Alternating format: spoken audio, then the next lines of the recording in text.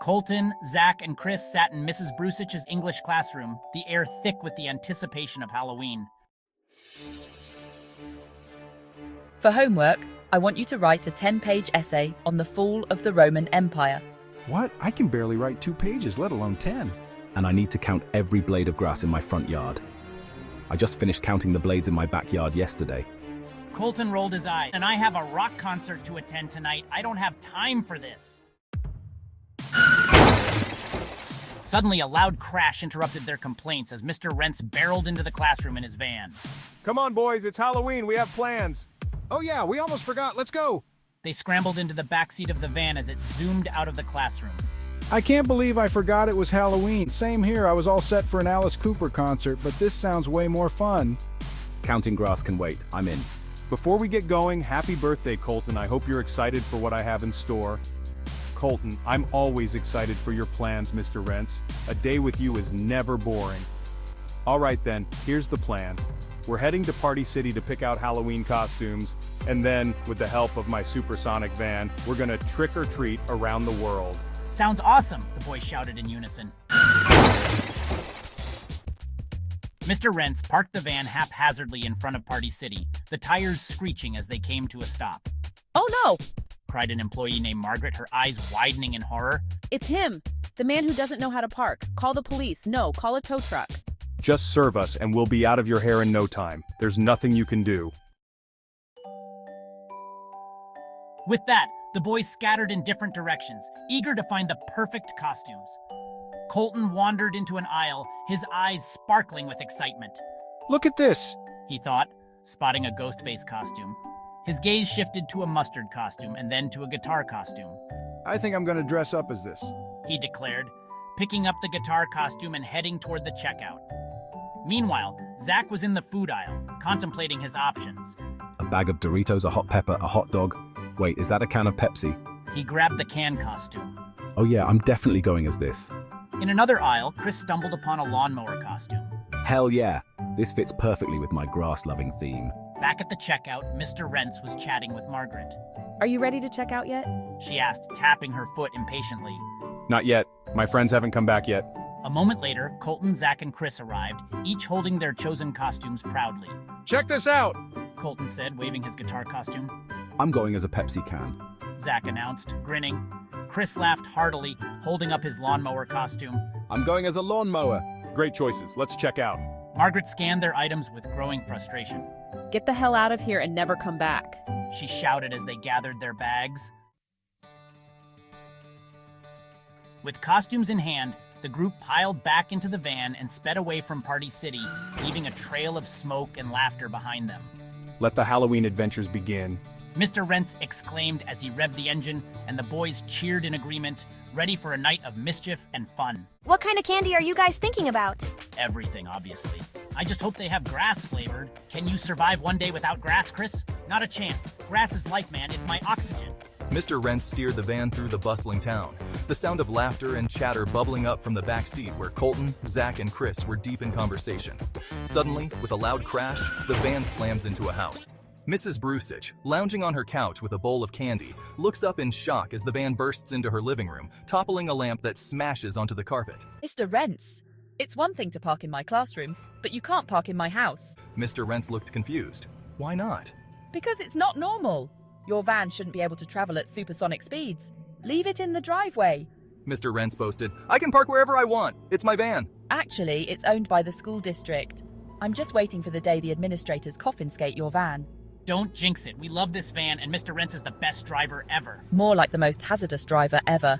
Can we just grab some candy and get out of here? Fine, just take everything. She hurls the candy bowl through the window, where it lands with a thud in the passenger seat. Mr. Rentz grinned. Thanks. He revs the engine and peels out of her living room, leaving chaos in their wake. Mr. Calloway is trimming his beard when the van crashes into his bathroom, parking right next to the bathtub. Hey, what's up, Calloway? Give us candy. Don't worry, boys. I always have candy on hand. You never know when you'll want a Milky Way in the shower. He reaches behind a bottle of shampoo and retrieves a Three Musketeers bar, tossing it through the window where it lands in Colton's lap. I knew that was your favorite. They zoom out of his bathroom, ready for their next stop. Thanks, Calloway. Mr. Rentz drives straight into Mr. Dugan's living room, crashing against the fireplace. Hey guys, We're here for some candy and maybe a machete showdown, whichever comes first. Don't worry, no stabbing today. He returns with a bucket of candy, holding it out through the van window. Thanks, Dugan. What have you been up to lately? Oh, you know, just the usual. I had to stab my neighbour earlier. He wouldn't give back my pumpkin. So, naturally, I turned him into a jack-o'-lantern. That's epic. Wish we had seen it. All right, we better get going. We have a couple million houses to hit tonight, so we better get going. With that, Mr. Rentz peeled out of the living room. The van careens wildly, crashing into several houses. Inside, Colton, Zach, Chris and Mr. Rentz are on a sugar-fueled mission, collecting candy from bewildered trick-or-treaters. All right, boys, we've officially hit every house in the United States. Suddenly, he turns to face the boys in the back seat. Now it's time for some trick-or-treating in Mexico. Do we have passports? Or should I sneak you 3 across the border? Why not just drive through at a million miles an hour, like you always do? Yeah, you drive supersonic speeds through everything else. Because they'll catch my van on video. I don't want to be a criminal in Mexico. We'll have to go through Border Patrol. Colton and Zach exchange worried glances. I didn't bring my passport. Neither did I. What's a passport? Does my grass count? Oh God, get in the trunk. He gestures to the boys who scramble into the trunk. The patrol officer won't look for you back there. Just keep quiet. As the boys squeeze into the trunk, Mr. Rentz drives up to a Border Patrol officer named CJ. Good evening, sir. Good evening. Will it only be you entering Mexico this evening? Yes, sir. What's your purpose for entering Mexico? It's fall. Mexico's warmer. I just want to enjoy the weather. CJ studies him for a moment, then nods. All right, you may proceed. Rentz breathes a sigh of relief as he drives through the open gate. I can't believe you got away with smuggling us into Mexico. They'll hunt you down if they find out. Mr. Rentz turns serious. Just don't do anything to get me caught. Smuggling people is just as bad as drugs down here. Don't worry, I won't tell a soul. I'll tell my grass. Nobody cares about your grass, Chris. Suddenly, Mr. Rentz crashes into a house. Hey, who's driving this thing? Mr. Rentz shouts back. Give us candy. Get out of my house or I'm calling the police. We need to get out of here, narrator. Mr. Rentz, feeling smug, responds. The police will never catch me. He slams the van into reverse but crashes into another house, sending furniture flying. Inside, police officers are already waiting. You're under arrest. The officers spring into action, reaching for handcuffs. Not only are you vandalizing homes, but you also smuggled Americans into Mexico. Arrest him! Mr. Rentz turns to the boys. Someone hand me a Mountain Dew. We're blowing this house up. Chris digs into the trunk and tosses a Mountain Dew to Mr. Rentz. Eat Mountain Dew dust. He unscrews the cap and throws it out the window. The kitchen explodes. The explosion erupted with a force so violent that it sent a refrigerator tumbling forward, crashing onto the unsuspecting police officers below. The impact was catastrophic, creating a momentary diversion that allowed Mr. Rentz to slip away from the chaos. He slammed his foot on the accelerator, tires screeching as he sped back onto the road, but freedom was short-lived. Before he could hit top speed, a wall of blue and red lights surrounded him, 6 cop cars closing in. Damn it, we're trapped. No, we're not. I'll switch the van to airplane mode. We'll be out of here in no time. Suddenly, the police blared a message through a megaphone, their voices echoing in the night. You are surrounded. Step out of the van or face the consequences. Without hesitation, Mr. Rentz yanked a green lever on the dashboard. The van roared to life, lifting off the ground and ascending into the night sky. You'll never take me alive, coppers, he bellowed, laughter bubbling up as he soared higher, leaving the chaos behind. He piloted the van higher and higher, the lights of the city shrinking beneath him as he flew away into the vast skies of Mexico. Well, that was enough excitement for one night. Now let's head back home. With a flick of his wrist, he charted a course through the stars, the world below fading into the distance. Rentz piloted the van expertly over the Mexico border, finally returning to the familiar streets of the United States, and eventually pulling into his driveway.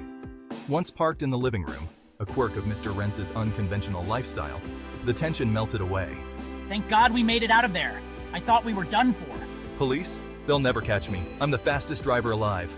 The relief was palpable as the group realized they had made it home safely, with Mr. Rentz's confidence shining through. With a flourish, he popped open the trunk. Now who wants some candy? I do. Feed me. Sure, but I hope there's some grass in there. Yeah, I could go for some too. The excitement was contagious as they eagerly anticipated the treats. Just as Rentz began distributing the treats, a car suddenly crashed into the dining room, sending candy flying. Did someone say candy? The group turned in shock to see Mrs. Brusick, one of their teachers, and the very owner of the house they had collided with earlier that night, stepping out of her vehicle with a triumphant grin. How do you like that, Mr. Rents? I crash-landed right in your living room. Nice parking job, Mrs. B. No, you're supposed to be angry. I crashed into your house. What goes around comes around. I've done it to you plenty of times. I'm not about to be a hypocrite now. That's not fair. I wanted to annoy you. I wanted revenge. Fine. Just give me some candy and we'll call it even. No way, we got this candy fair and square. If you don't leave, I'll sneeze. Mrs. Brusick paled at the thought of another one of Colton's infamous sneezes. Sticky, bright green, and notorious for their gross factor. You wouldn't dare. I'm gonna do it. No. With a loud, thunderous achoo, Colton unleashed a bright green, gooey sneeze that splattered right onto Mrs. Brusich's eyeball. Gross. She yelled, quickly reversing her car in a wild retreat from the house. You did it! She's gone! Now we can finally eat our candy. Yeah, all thanks to Colton. And with that, the boys settled in, savoring their candy in blissful peace, the chaos of the night fading into laughter.